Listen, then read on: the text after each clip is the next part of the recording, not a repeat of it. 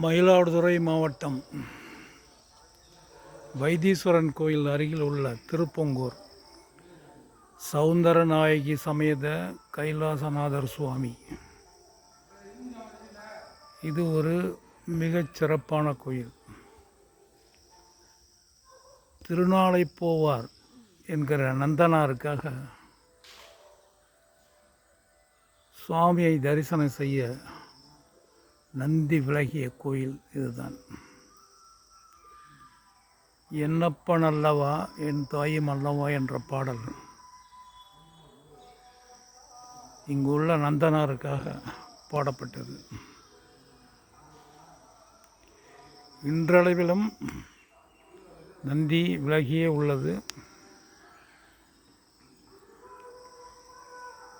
இங்கு கும்பாபிஷேக வேலைகள் நடந்து வருவதால்